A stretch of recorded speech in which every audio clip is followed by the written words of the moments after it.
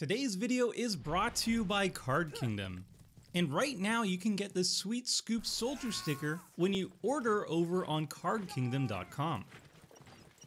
Just mention in your order notes that you want a Scoop Soldier sticker when you check out. Hey friends, it's Tomer, and I wanted to get out a quick video discussing my initial thoughts on the recent announcement that we're getting 41 new partner commanders in Commander Legends.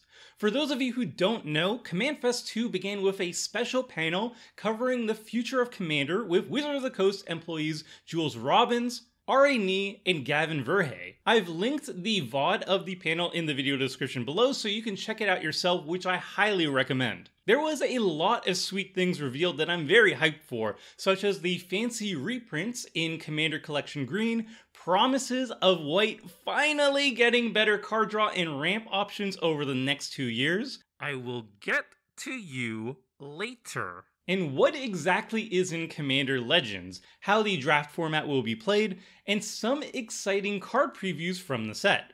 All of this stuff was great to see, but there's one thing in particular revealed that worries me. There are 41 new partner commanders coming in Commander Legends. To quickly recap what partners are, partner is a commander mechanic that was first introduced in Commander 2016, partly as a clever way to give players a ton of 4-color commander options, where before there was just none. It lets you have 2 commanders if both have the partner mechanic. So instead of having a 99 card library with 1 commander in the command zone, you have a 98 card library with 2 commanders in the command zone. Both commanders' color identities combine to determine the deck's color identity, so if you have a blue and green commander like Thrasios, Triton Hero, paired with a white and black commander like Timna the Weaver, your deck can run blue, green, white, black, and colorless cards. Other than combining to figure out deck color identity, these commanders function independently. For example, they track commander attacks and commander damage separately. So the benefits to picking partner commanders is you have flexibility in the pairings, you have access to 2 cards in your command zone at all times instead of just 1, and since they track their own commander attacks separately, it's easy to keep at least 1 partner on the battlefield at any time. To balance out these benefits, partner commanders are meant to be significantly weaker individually than solo commanders, since you have 2 of them instead of 1. Partners were well received by the community and became very popular commanders, allowing players to mix and match partners to make unique decks with up to 4 colors. But while each partner commander was designed to be significantly weaker than solo commanders, since you get 2 of them, pretty much all the partner combinations ended up being very powerful, with some partners being so busted and even stronger solo than most non-partner commanders, like Thrasios, the herald of busted Simic cards. After C16, we got a more restrictive version of this mechanic, the Partner with mechanic, introduced in Battle Bond and also seen in Commander 2020, limiting which other card can be used as the co-commander, such as Bralan's Skyshark Rider and Shabraz the Skyshark. These 2 cards follow all the regular partner rules, except they can only be paired with each other, so no more mixing and matching. Since you only need to playtest a single combination, these partner with commanders are more balanced, but at the cost of losing the fun ability to mix and match. And now with Commander Legends, we're back with open-ended partners. 41 new partner cards in the set compared to C16's initial 15. Bringing the total up to 56 partners they can pair with each other. That's 1,540 partner combinations. And boy howdy do I have thoughts about this, so let's break it down with the good and the bad. Let's start with the good because there's actually a lot I like about this announcement. First and foremost, I love the concept of open-ended partners. Brewing is my favorite part of Magic, and partners offer up the promise of endless brewing possibilities, mixing and matching partners together for over 1,000 different combinations. If there's no solo commander that enables the exact deck you want to build, chances are there's probably a partner combination that can do a good job of it. You can even just pair up 2 partners at random and see how you'd build a cohesive deck around their abilities. The endless tinkering opportunities made me instantly fall in love with the C16 commanders. And yes, some combinations will clearly go better together than others, and yes, even though there's over 1,000 combinations at this point, you'll probably only see the top 10 most popular ones over and over again, but I do appreciate that the possibilities are there for those who want it. And of course, I'm not the only one who loves open-ended partners either.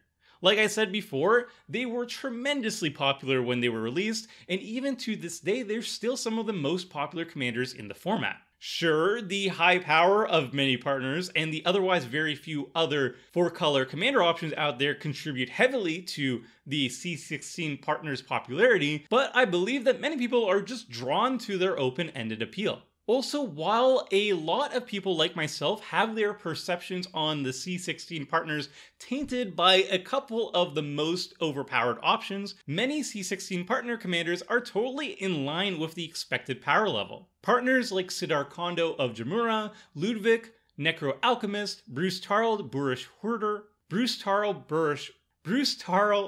Borish Herder, and Ikrias Shidiki, the Usurper, feel like they're all at a power level that partners should be at. They're still powerful and popular, but they don't completely outclass solo commanders. So it's not that the partner mechanic is inherently overpowered, it's just that it's powerful and hard to balance.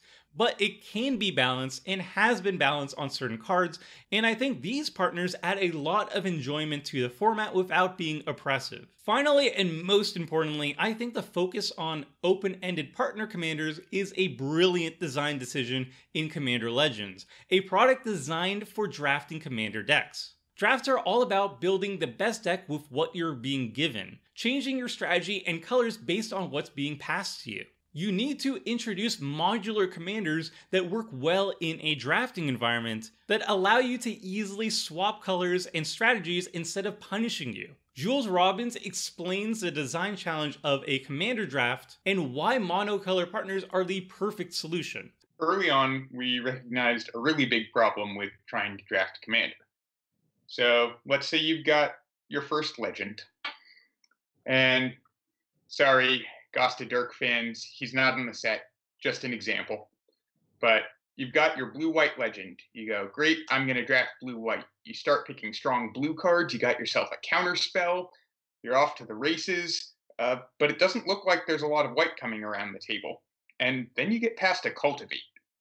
Well, this is a really tough situation, because if you want to take cultivate and try to move into maybe being blue-green, who knows if you're going to see a blue-green legend. That's a very small portion of the ones available. But this is an essential element of draft where you can maneuver as you're playing. So thought about a lot of ways to try to address this and finally settled on one we'd actually already hit on: partner. By including lots of monocolor partner commanders, you can easily swap between commanders based on how your draft is developing. It's the perfect fit for the intended goal. So open-ended partners are the perfect commanders for a set that is intended to be drafted. They're incredibly popular in the community, and they offer unparalleled brewing customization options. Lots of good reasons to bring them back in Commander Legends and really expand the concept. But as much as I love open-ended partners in theory, the one thing that worries me is unintentional power creep. So let me make a distinction here. Intentional power creep has been an ongoing problem in the Commander format ever since Wizards of the Coast started officially supporting, aka commercializing, the format with products specifically targeted at Commander players. If you want players to buy your product, then you have to entice them with bigger and better things. And each new product has to one-up the previous products, or else people won't be impressed with the new stuff. The rate of intentional power creep has exploded recently as the Commander format has become the undisputed largest constructed format in Magic, and literally all of Wizards of the Coast products are now targeted at Commander players as the primary consumer of all products. There's a reason why Wizards of the Coast calls this year the Year of Commander. But that is for a future video, which I won't go into detail here. So what worries me about open-ended partners isn't intentional power creep, but rather unintentional power creep. By Wizards of the Coast's own admission, the original C16 partners weren't meant to be as powerful as they are, but an underestimating of the power levels of the commanders, the advantages of the partner mechanic itself, and of the more powerful partner pairings all combined to make some of the strongest commanders ever printed. It's understandable that they missed the mark with so many of them. The partner mechanic was brand new,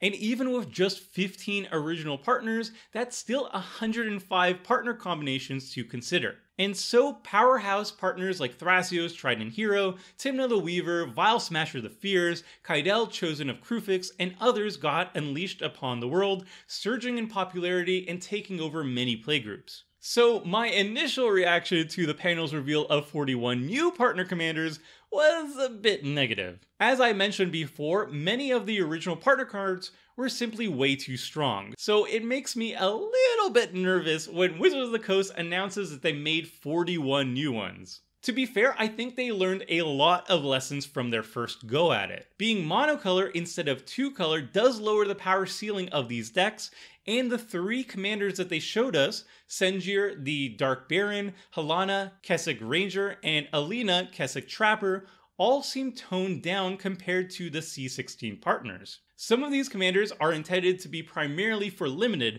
not constructed, which also allows them to be at a lower power level and less worrisome. It could be that all of them have hit a more reasonable power level goal, but the sheer number of them, 41 friggin' commanders, drastically increases the chances that at least some of them will be broken. However, Gavin Verhey is clearly aware of power level concerns and has recently gone on record stating that balance was an important design goal, and he made significant effort to ensure that there was a lot of playtesting and outside assistance going into it. And honestly, Gavin is the reason why I'm remaining optimistic about these new partners. He clearly has a deep understanding of the format and is in tune with the community, and I believe at least the individual commanders will be as balanced as we can hope for. But while balancing individual commanders is something I'm hopeful about, the real problem is that now there's 56 partners, a total of 1,540 combinations. That's an impossible task to thoroughly playtest all the combinations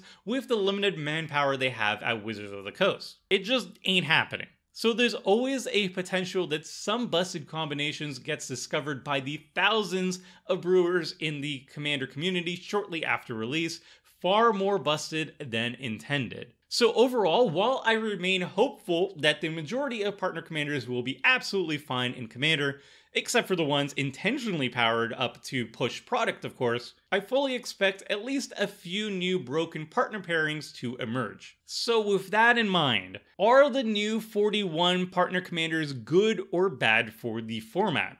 While I was initially skeptical, at this point I'm optimistic and actually excited for it. I love open-ended partners. I think they're an exciting design space, and they're very popular in the community. By balancing them primarily around limited, keeping them monocolor, and not necessarily having to push them in constructed, I think they'll be more balanced than the original C16 partners overall. I would honestly be shocked if a few of them don't end up being busted, intentionally or not. And while there's 1,540 pairing combinations, I fully expect to only see the best 10 or so appear at tables regularly. But even with those possible downsides, that's totally fine. As long as they don't completely take over the meta like the C16 partners did when they were released, I'll be very happy. In my opinion, the potential for good definitely outweighs any potential bads. One final note before I wrap this up though. In the panel, Gavin mentioned that they went to a bunch of people in the Commander community for feedback and playtesting on the partners, specifically naming Sheldon Menery, the Command Zone, and the Commander Rules Committee as people they showed the partners to. I think this is great, as the more people you get feedback from, aka beta testing the cards, the higher chances you'll catch and correct any potential problems before release. However, if you're looking for feedback specifically to find partner combinations that are far stronger than you intend, why not approach the members of the Commander community that specialize in finding busted combos? The CEDH community is the perfect people that you should be approaching for feedback for this specific issue. The people behind Play to Win, the Spike Feeders, Playing with Power, Casually Competitive, Laboratory Maniacs, the CEDH subreddit, and many more. These are people that are keenly familiar with the C16 parters, largely because their metas have been dominated by them for years, and they have tons of experience identifying the most degenerate things that can be constructed by any pile of cards you throw at them. They're going to break the new commanders in a few days after release anyway, so why not let them show you what's up beforehand, and then you can make any changes if you wish. Just something to consider when doing further playtesting and reaching out to the commander community. So those are my initial thoughts on the new partner announcement. Obviously, it's way too soon to pass judgment on the new partners themselves, but what do you think about the announcement? Are you excited for new partners or dreading them? Let me know in the comments section below. Thanks for watching, and until next time, friends. See ya! Thanks for watching the video. If you liked it, help us out by clicking that like button down below. And to keep up with the latest and greatest, click on the subscribe button, and don't forget to hit that bell icon to get alerts whenever we have new videos. And if you want to check out similar videos, click on the links here and here.